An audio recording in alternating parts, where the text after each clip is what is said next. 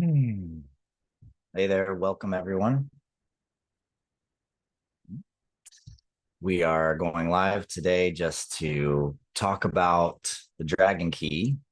This is my new book I've been working on for a very long time. And I don't do these lives very often. So this is kind of a fun little treat for me to jump in and to say hello and to offer some of my thoughts and my reflections in the experience of creating this book. um, Creating the Dragon Key book and starting this series, I have to say, is probably one of the most difficult, challenging, and transformational journeys that I've ever had around any kind of project in my life. It has squeezed the juice out of me in ways that few things in my life ever have.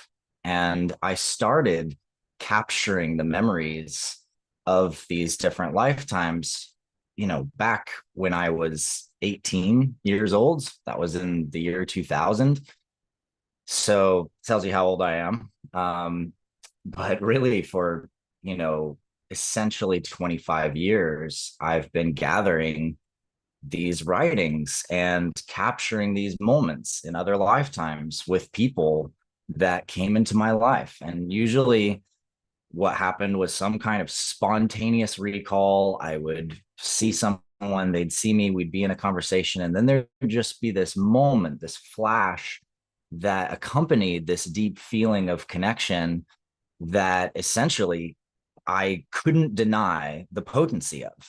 And I had to start really picking at that to understand it more deeply. And a lot of the beginning of the book, when you get into it, is really like my vulnerable expression of telling my life story in 10,000 words or less. Like that's the prologue, is like, okay, how do I catch people up on my series of events that happen to me in a way that's going to make this content really understandable? And then as I, evolved my methods and mechanisms for not only understanding my past lives, but actually getting into the details and starting to really pick apart the dates and the times and the kinds of events that I went through and put together the pieces of the puzzle from these glimpses of memory and streams of memory and moments with different people, and assemble an understanding of my soul's journey through time, I started to really build a way for other people to do the same work. And, I taught it in some Jedi training workshops, and I'd lead some workshops at Burning Man. Some of you watching may have joined me for some of those back then. Um, and it's it's such a potent adventure to embark upon. It's not for the faint of heart. It's not something that it's like, oh yeah, like I'm just gonna remember my past lives. Woohoo. It's very much, I'm gonna get to know who I really am, and I'm gonna accept who I am across time. I'm going to literally bring into my conscious concurrent awareness the stream of events, relationships, karmas, sanskaras, magic, deaths, rebirths, all of the different things that you have experienced throughout your whole soul's journey. And that can be a lot, because as you accept and take in these things, you also have to sort of face some of the karmic pain from those times, some of the visceral pain or trauma that you may have been through in those times. And so it's very much a healing journey. And I can say for myself, writing this book has been a tremendously potent healing journey. And launching it has probably been even more healing and transformative. And that's really where some of my challenges came in. I found myself at the end, finishing and polishing this first book in a 4-book series, having writings for other books already in the works, trying to figure out how to integrate just enough pieces to help everyone understand the storyline of what's going on. And I got there and I got the book done. And then it's like, okay, now, now what? Do I publish with a publisher? Do I self publish? How do I go about this next big step? This is huge. I got to like let myself out to the world in this extraordinarily vulnerable way. I mean, it's one thing to write a sci-fi romance um fantasy novel, which a lot of this book reads like that because I'm sharing a lot of my galactic memories in this first book. But it's very different when it's your lives and your stories and your experiences. It's like writing an autobiography. And at my age, I'd say that's something that's a very vulnerable experience to do. And not only that, I'm sharing in the context of a world and a society and a culture that doesn't actually even believe in past lives. And so it's like, how do you expose yourself in this way to a world that can't even, that can't even accept that yet? Um, and so I feel once again, as I have been in other times in my life, like I'm on this edge, way ahead of where the masses are, and trying to find all my allies and my friends and reconnect my soul family that I've been very absent with a lot of them in the last decade. And I went through a lot of big transformations. I went through a divorce and had a very difficult ending to my marriage and moved across the country, found a new whole family and group of friends and got really deeply embroiled in the building of this regenerative operating system, Core Nexus, which is so far along and is so close to a big launch. And my goal is really to get it into all of your hands by, the end of this year, early next year. Working on raising more money, might open a crowdfunding campaign soon. So there's a special note for you guys to know about that. That's coming up. But actually exposing myself and releasing this book put me through one of the most powerful transformational initiations of my life. I found that all of the things in my life started to move away in a way that forced me to look at what is my biggest block, what's my biggest breakthrough, what is the thing that I need to do to get myself and my life and my world into the next level of my creation and my experience. How do I actually move the boats forward of the fleet that I have built and release these projects that are big enough that they are going to be major, major parts of the next 10 years, 20 years of my life, and not lose myself, not forget the difficulties that one faces when things are hard, when money is hard, when relationships are hard, when life is hard. How can I go forth with big projects to change the world and acknowledge everything about myself that has been a shadow, that has been a weakness, that has been a challenge, that has been a difficulty, that has been painful, that has been traumatic, and actually alchemize my own inner journey in a profound way for myself. I do this for clients, I do this in one-on-ones, I do this, virtually with people, I do this with my team, inside of my company, and I help people move through these alchemical phases. But I didn't know that my own midlife crisis was essentially at hand. And I had to actually alchemize some of the deepest fears and pain in myself, really about being seen and being known and letting myself be this vulnerable, and also to be this public in some of my other work.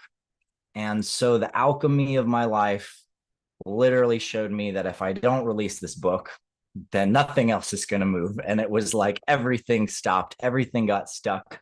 My whole world, felt like it was a freight train just grinding to a stop. And I had to finish it. So, and I knew, because it's the year of the dragon, the only way I'm getting that book out this year is if I self-publish it. And so even though I did all of this preparation for publishers and created a whole pitch around that and everything, I decided that I'm going to do it myself and self-publish it so that I can get it in people's hands this year. And so that's now in process. And the book physical formatting is getting completed so that I can actually do the full release on Amazon and launch that out. And in the meantime, I built a whole site experience at thedragonkey.com that you can come and explore. And the way that it works is the content is getting released. I have a couple different membership tiers. And on each one, you get different perks and different gifts. So for people in the middle tier, for example, my adventurers, as I call them, you get copies of my audiobook before it gets released because that's going to take a little bit longer. And so I'm going to be releasing each portion of the book in sequence in audio. And all of the experience of the book online is pretty awesome. I'm actually pretty proud of it. And it's really beautiful. The site's beautiful. You get into the book, it's very, very clean and easy to read. And when you sign up, you get downloads of the EPUB file. So you can just load it right on your phone and then you can read it in dark mode or whatever on your phone or your tablet or whatever device that you have. So it's pretty nice. And I'm sequencing the release to give me time to add more amazing media, more awesome content. I have lots and lots of images, and I'm sure a lot of you have been seeing some of those being posted on my Instagram. But I just wanted to share with you all for a minute my journey with this because it's been so freaking profound. And I know that a lot of you out there probably have big projects and big visions and things that you've been working on for a long time. And sometimes that last push to let out the thing that you've been caring for and cultivating for so much of your life can be a great, great challenge. And facing that challenge, going through that gauntlet, moving through that extraordinary portal can be something that is healing and transformative. And remember, it's actually just for you. It's for your own transformation and for your own journey. Like I needed to do this for myself. And so for me, it didn't matter how many people come and read my book. It didn't matter. Didn't matter how big the launch is. Doesn't matter. What matters is my own experience of my own journey and my own willingness to share myself and my journey through time with you and with others.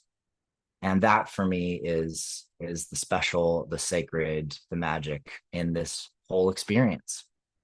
So I just want to thank all of you for joining me.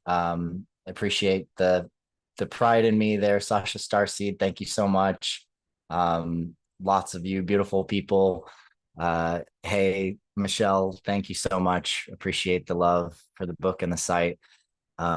I am really excited about it and it's really juicy. So I really do would love for you guys to get in there and actually check it out. There's so much. And I got to, along the way, really study the science in past lives as well and past life recall. You know, I just opened up the introduction section this morning. And the first section in the introduction is about the science of past lifetimes and some of the biggest things that have happened in the studies that have happened around past lives, which I don't think many people know about this. And the book is called The Dragon Key, Don. So, you know, we've all had a lot of times experiences of deja vu and stuff. Sometimes we've met people where we had this really strange sense, like we knew them, we trust them completely, we love them, they're clearly soul family or, you know, somebody who is deeply resonant with us. And other times we meet someone and for some reason we don't trust them at all. Like, you know, probably were killed by them in another lifetime. That's a likely assessment based on my experience and the kinds of studies that I've done with so many people. And in my work, it's all been a transpersonal psychological study process. So I've had to look at the direct memories and experiences of myself and my friends and the people that I know that have had these flashbacks and memories, and just gather the data and look at it, look at the stories, look at how they overlap, look at where they fit together, and start to piece together this puzzle of time in my own journey in this way. But for some others, it was, I think, a real shock to be dealing with past life memory coming up. And this is certainly the case for some of the individuals out there. There's a kid who I talk about on the website, and his name is James Leninger. And some of you may have seen this video, but essentially, there's a kid, and he starts having full-on dreams and memories and flashbacks and nightmares of being in World War II and experiencing himself as a fighter pilot, flying planes, and then at some point, getting shot down. And the details were so rich that his father started kind of looking into it. And they were from a Christian family, kind of, military background and stuff, and really not interested in this idea that their kid was having a past life memory. But the details were so explicit, they couldn't help but just at least look a little bit. And as they looked, they found that every single thing this child remembered, his, captain's name, the other members of his flight squad, the kind of airplane that he flew, the area that he was in battle in, all of those details and all of that data, actually the kid knew precisely. And so his parents had to go through this massive alchemical transformation experience of accepting that their child had had a past life, and that went against their belief systems, that went against their Christianity, it went against their whole ideas. And so this was really major. And after this work, a gentleman named Jim B. Tucker from the University of Virginia's Division of Perceptual Studies began to really look at this case and look at all the data points in order to scientifically study it in full form. And because of the amount of data points that were involved, I mean, James's ability to name the name of the aircraft carrier he flew from, which was the Natoma, the name of his fellow pilot, Jack Larson, specific details about his planes, all the way to even traveling to the spot where his plane had crashed, and they found his plane in the ocean, right? And from this data, Tucker's analysis is that we absolutely have to 100% scientifically look at past life experiences and the validity of them, and that there is actually no way to dismiss this case. And there are many, many other cases like it. It turns out there's another guy, Dr. Haraldson, who works with children in Lebanon in particular, who's been working with kids for a very, very long time and showing that some of these kids have memories from past lives where they experienced a certain trauma, were shot in a certain way, or went through a certain pain, and they actually have marks on their bodies in the places where those wounds happened in the past time. So there's really, really interesting science around this. And also Dr. Ian Stevenson, he's another really great researcher I have to mention. And, he also shows that birthmarks or birth defects may be something that's carried over between lifetimes, which I just think is so amazing and so interesting. So I go from this sort of scientific standpoint, and I had to approach things in that way myself in my own journey, where I had to really look at, question, and analyze my own experiences to try to understand whether I was hallucinating certain things or whether I was fantasizing about certain things. Was the data something that was real enough and verifiable enough that I could actually, come to know for sure if this was my experience in my journey? And the first way that confirmation happened was when I was still in college. And I end up at a Halloween party, and this guy shows up who I had barely met, and he was into one of my. So I was dating this girl in college, and her roommate and I had started having these flashbacks and memories and dreams, and really did not know what to make of them at all. Um, and she and I had privately shared some of the names that we had coming up from these memories. And the next thing I know, I'm at this Halloween party, and this guy gets super drunk and he starts calling us by the names that we had remembered from this time in the Middle Ages.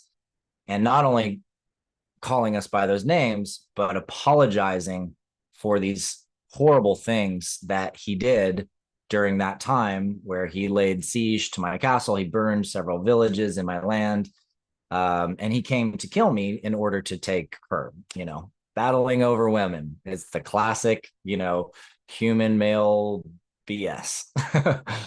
um, and so I was faced with this moment where I had to deal with a person I didn't even know, remembering things from a past life with me, that as he's saying them and remembering them, I'm having the full on pain and visceral flashback of how it felt, and just the, oh god, the pain, the hurt, the anger, the fear, all of it in battling him to the death in my courtyard.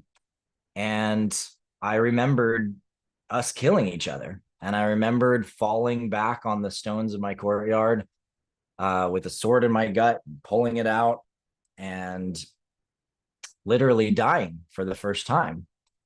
And my experience of death in that memory was like so peaceful. It was so beautiful. It was like all of the torrents of pain and fear and anger and doubt and all of that, it just all slipped into golden fields. And I found myself looking down at my own body in the courtyard, and it had been like around sunset, and there was oil lamps, burning, oil torches burning around the courtyard, people around watching him and I battle as we fought. And I'd worn out my body, every muscle, I was soaked in sweat, all of the viscerality of the difficulty of that moment, including the pain of being stabbed, and also the pain of literally having to slice my sword through someone who was my friend for many, many years. All of it just eased, and I found myself just looking at myself, and there was Rastara, and she was over me, and she's crying and shaking me, and I knew I was letting go, and I didn't want to leave, but I also knew that it was so much easier to let go. And I found myself with these glimpses of my life and these moments where I really just had an opportunity to kind of accept the journey I'd been on, and accept the things I'd succeeded in, and accept the things I didn't, accept what I got done and accept what I didn't. And I felt fulfilled in this beautiful way, and felt myself enter the spirit world, and found myself around beloveds and friends and souls and loved ones that I had known for other lifetimes, that were still part of my family, still part of my connection, part of my community. And that was about it for the first time that I really had the sense of this crossing into the other side. But later, I would have memories of moments where I remembered seeing this almost like a scrying table, like a table of liquid that you could look through to see other information and other knowledge. But I was in the spirit world, and I was looking through this beautiful scrying table, and seeing people, seeing soul family of mine, friends of mine that had gone and incarnated into the physical world. And sensing into who I want to be part of my family. I was looking for my mother and my father for a next lifetime. And that was such an interesting memory to have come up, because it felt so beautiful and so full of love and care. And it really landed for me that we choose our families, we choose our parents, or at least I do, and I did. And maybe at different levels of consciousness and spirit worlds, which is my assessment, you may or may not have as much conscious participation in your process of death and reincarnation and or time in the spirit world. And I think that all of that's okay. We're all in different places in our journey. But one of the things that I'm compelled to do and why I love incarnating so much, besides the food and the sex, by the way, because food and sex are like really good reasons to incarnate, is to help bring to people a little bit better sense of how to become consciously accepting of what we are and who we are, and actually become conscious of all of these different facets of ourself, the superhero creator and also the scared child inside of us, that wants to hide, and also the embarrassed teenager inside of us, and the people that we've been in other times that have lost loved ones, that have been through abuse, that have killed others, that have been great leaders and have been terrible leaders, that have done all of these different things in the exploration of the journey of consciousness. And as we experience in this life, how much you accept what you've done and the memories of your past is the very key to how much consciousness you will have around all the things you do now and will create in the future. The more you accept your past, the more you know fully and deeply and truthfully who you are, and the more consciousness you bring to all of the different choices. Because then you can really see it. You can go, oh, yeah, well, I know why this anxiety is coming up, because I remember that this happened to me in the past, and I know that that kind of thing has created a trigger for me. And now I'm learning how to ease my nervous system around this particular kind of experience so that I don't have this kind of trauma again. And we transform those traumas as we become more and more conscious of them. The things that used to set off our nervous system or make us terrified or make us afraid, or where in relationship things get hard and there's conflict and you don't understand what someone's saying and what it sounds like is they're dishonoring you, they dismissing you or diminishing you in their perception, and you're so much pain from that hurt and that feel, and you're like, and there's a part of you that maybe sometime in the past would have just gotten up and left and slammed the door, or gave up or walked away or broke up with the person, because how could they? How could they do that? And then you find yourself having gone through the acceptance work, having gone through the alchemical work of looking at yourself and your own pain and your own shadows and your own weakness and your own traumas and your childhood traumas and your past life trauma, whatever layers to depth you're able to have looked at yourself. And you find yourself in that same moment, that same kind of situation where the fire is up and the conflict is real and the relationship is at stake. And instead of reacting to the misunderstanding, reacting to the pain, ejecting from the moment, running away, whatever it is, fighting, attacking back, you sit and you feel the pain. And you're just with it. And you breathe. And you're like, wow, that's familiar pain. I know what that's like. I know what that feels like. And you see the part of you that wants to eject, and you look at the other person and you ask yourself, is this really what they want? Is this really what wants to happen here? Does this person actually want things to end or to throw this away or to make me feel this way? And from this clear place of questioning, you realize that it's probably not the case. And so maybe you share that you are a bit confused because this sounds like it's going to look a certain way, or this sounds like what you're saying. And I'm not sure that that's really what you are saying. Or if that's just the lens inside of me that's perceiving it that way because it's very triggering and it's creating pain for me. And you want to know. You want to know what's there. You're curious.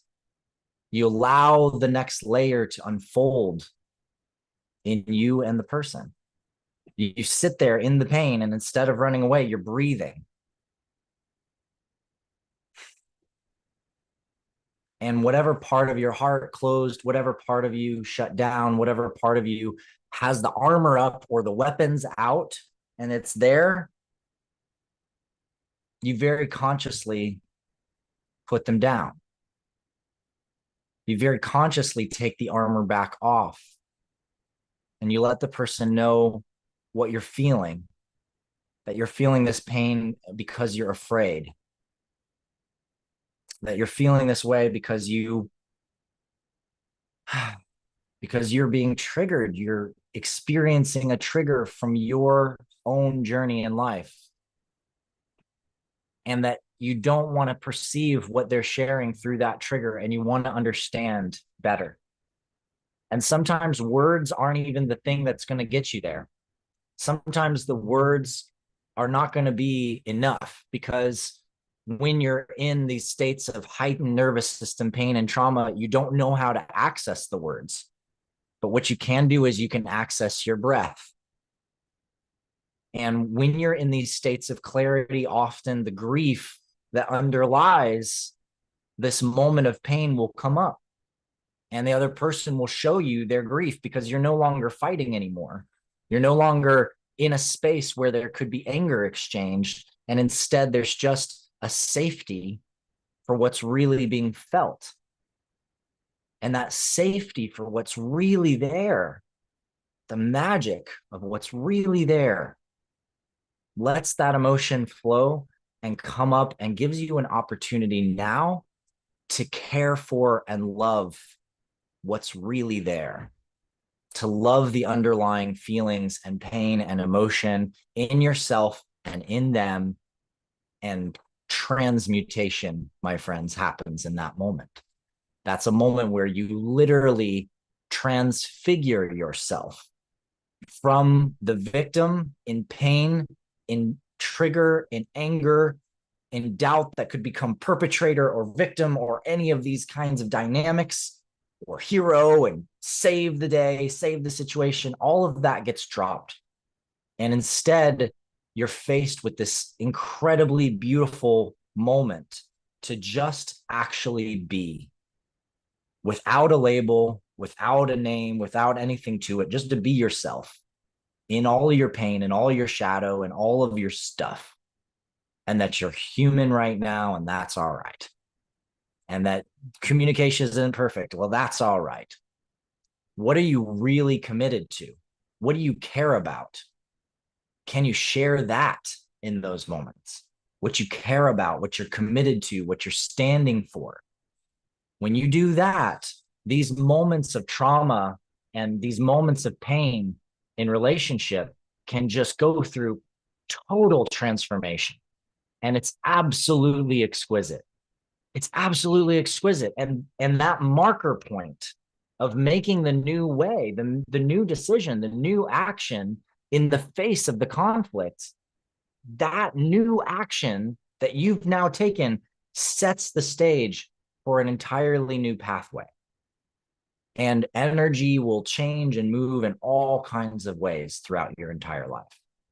And your relationship will therefore be fundamentally different from then on, because now you know and you can trust that in the moment of the highest heat and the greatest conflict and the greatest pain, that you can be with it and you can just be with it without reacting, without attacking, without retreating, without victimizing, any of it. And those are the markers. Those are like gemstones in the journey of your soul. And the beauty is that those moments of healing and reconciliation and transformation in this life, they're similar to moments that we had in other lifetimes. And they may be connected to other times where we didn't hold back, and we did attack, and we did lead an army, and we did go through horrors and pain and death and all of this stuff.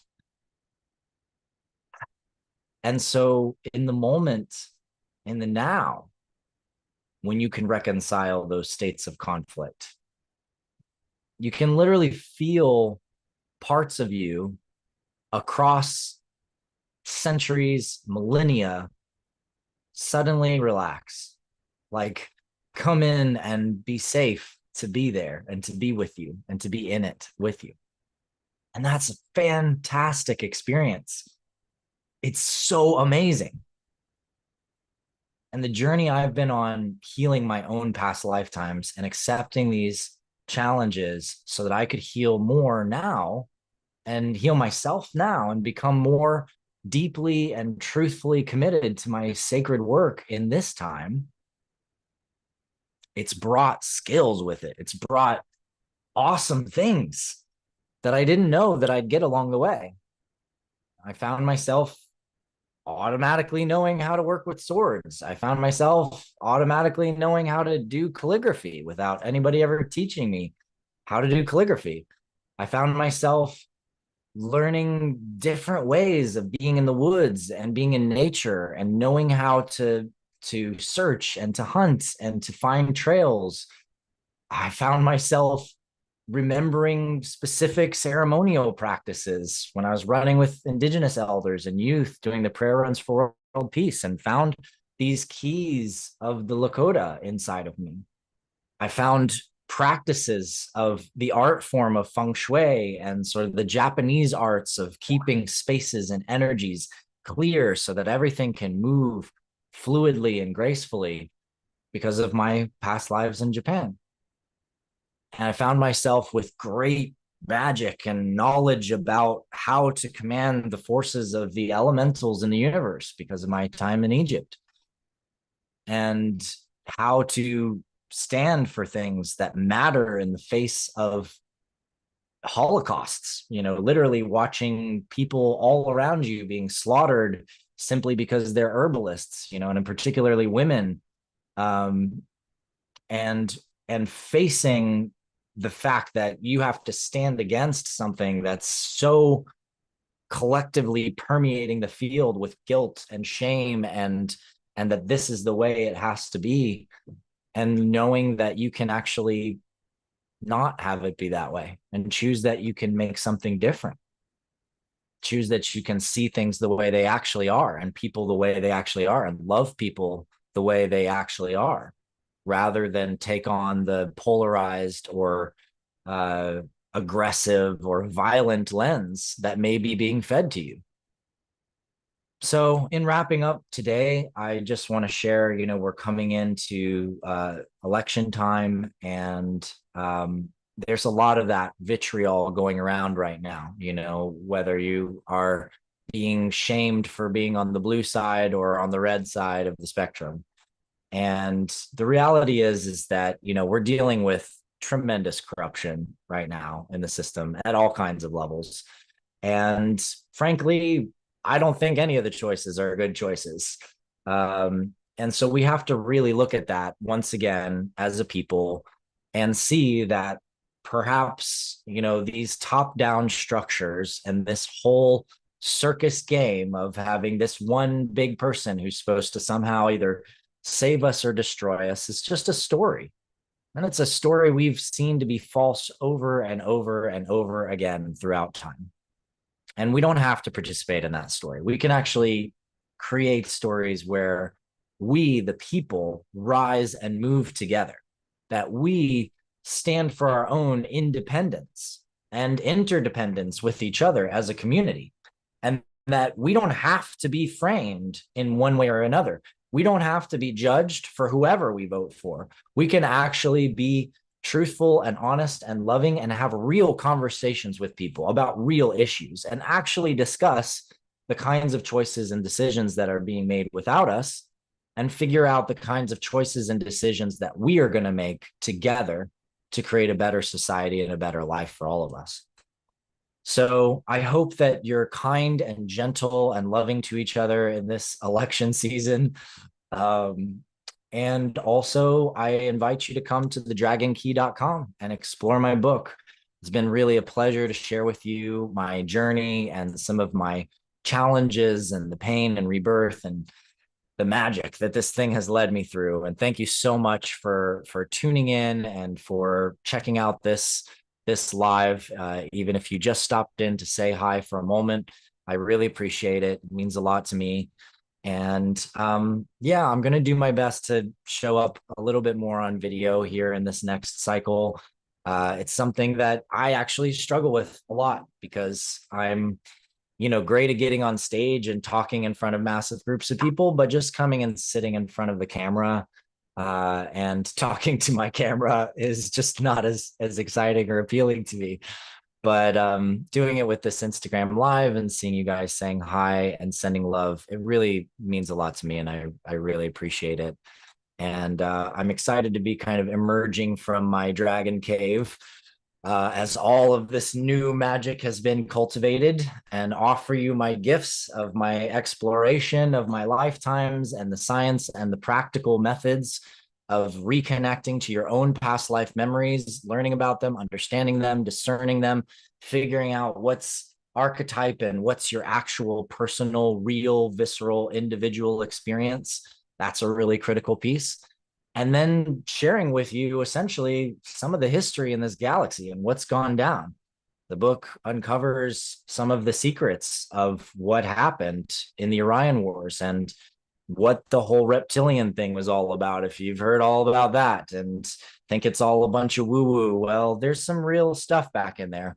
And some of that stuff might be actually in your own emotional field or your own past life experience or traumas. And so the book can be extraordinarily healing as well for some people because it leads you through this deeper understanding of what has happened in the past that might be deeply latent in the background of your memory and brings you into, through a transformational journey like I went through in the lifetimes following those wars. And some of the beauty and the grace of it. And like I said, it reads, the main body of the book after the prologue with my lifetimes and the introduction, which is like a course on past lives, essentially. In fact, a lot of the content I used in my past life course that I did recently in Guardian Alliance. But the main body of the book, it reads like fantasy, sci-fi, romance novel. And so that's really fun. And with that note, it's also adults only. It's written for adults, and there is very explicit sexual scenes as well. And so it can be really fun if you enjoy that kind of thing. And if you're into sci-fi and you're into understanding AI and galactic technologies and what future galactic societies could look like, well, you are going to just be having a ball with this book. So check it out at thedragonkey.com. Let me know what you think. There's a section in that website to communicate and to share, or just, jump in and share a comment, here on my Instagram, or here on my YouTube if you're there. And thank you so much, Sans GV777. I really appreciate you enjoying the book. And thank you so much for jumping in to read it. And Bon Temps girl, Bon Temps girl, thank you for saying hi and for appreciating this work. And thank you, everybody. Again, thedragonkey.com. I'm Adam Apollo. It's such a pleasure and an honor to connect with you as always. And I will see you next time. Blessed be. Aloha Keakua. In Lakesh. Wopila.